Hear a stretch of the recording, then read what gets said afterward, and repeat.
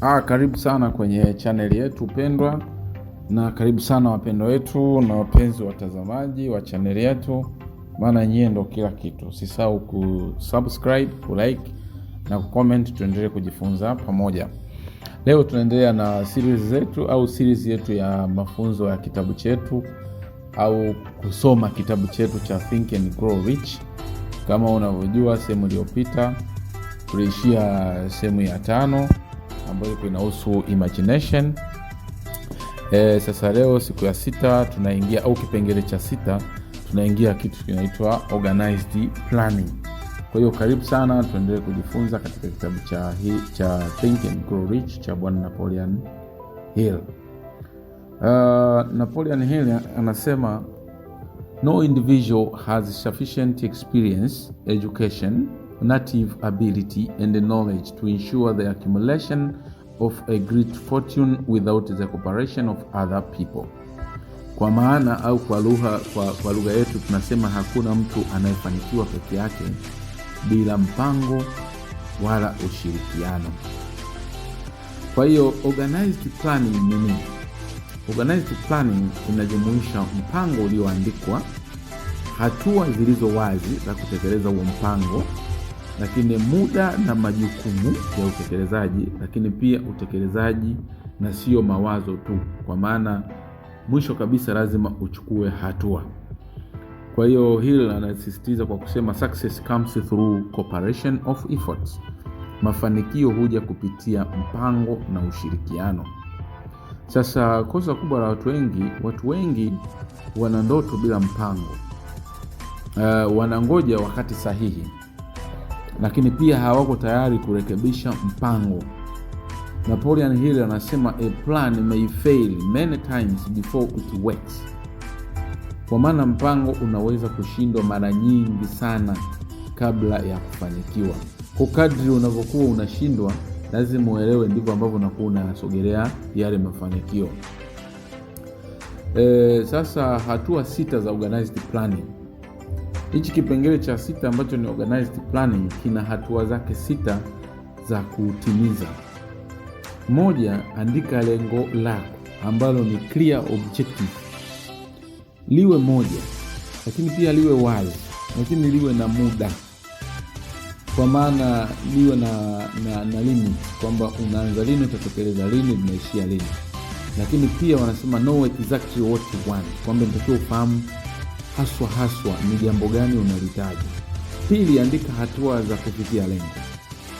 Namba 2, andika hatua za kufikia lengo, kwa maana hatua zile ndogo ndogo lakini ambazo pia zinapimika na ambazo zenye muda. Usifanye vitu ambavyo havitekelezeki. Lakini 3, tafuta ushirikiano, mastermind. Kwa maana utafute watu wenye ujuzi tofauti, wenye lengo linalofanana na wewe, lakini wenye moyo wa kushirikiana. Kwa hiyo Napoleon Hill anasema the mastermind is the coordination of knowledge and effort. Namba 4, chukua hatua mara moja. Usingoje ukamilifu au usingoje kitu fulani kikamilike ndio uanze. Anza na ulicho nacho. Anza hapo. Lakini anakuambia plans are useless unless they are put to action. Kwamba mpango kama haujawekwa kwenye tija au haujawekwa kwenye vitendo, basi mpango hauna maana. Namba 5, anakuambia rekebisha mpango unaposhindwa. Badilisha njia.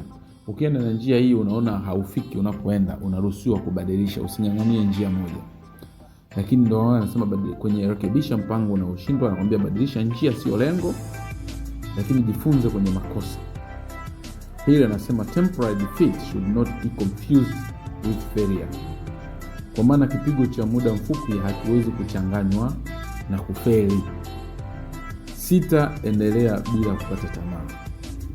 Usiwe mtu wa kufanya tunaita kitu procrastination, usirailishe mambo. Kwa Bwana Hill anasema endelea bila kukata tamaa, kwa maana subira, nidhamu na uvumilivu vinahitajika katika kutekeleza mpango. Sasa zoezi la siku 6. Fanya leo, andika lengo moja kuu, andika hatua 5 za kwanza. Andika majina ya watu 3 wa kusaidia. Amua hatua ya kwanza utakayochukua leo. Mfano halisi, mtu anataka mafanikio mtandaoni. Kwa mfano, hatua ya kwanza, chagua niche. kwa maana wewe unataka kuzungumzia nini. Hatua ya pili, jifunze ujuzi maalum, kwa maana katika nicho uliochagua jifunze ni namna gani, au uwe na ujuzi, ujifunze ujuzi juu ya hilo jambo. Namba 3, tengeneza content. Baada ya kutengeneza content, namba 4, nitakiwa ushirikiane na wengine kupata ushauri, ushirikiano. Then namba 5, rekebisha kulingana na matokeo. Huu ni organized planning. Leo umejifunza ndoto bila mpango ni ndoto tu, lakini mpango lazima utekelezwe. Ushirikiano ni nguvu, lakini pia lazima ufahamu kwamba kushindwa sio mwisho. Napoleon Hill anahitimisha kwa kusema, every failure brings with it the seed of an equivalent success. Kwa maana kila kufeli kunaleta mbegu sawa sawa na ile ya kufaulu. Andika kwenye comment, nina mpango na nachukua hatua. Siku ya 7 ukija tutazungumzia kitu kinaitwa decision, uamuzi. Tutajifunza kwa nini watu waliofanikiwa huamua haraka. Usisahau na kukumbusha kusubscribe, kulike, kushare na comment. Karibu tena kwenye video ijayo, na asante kwa kusikiliza.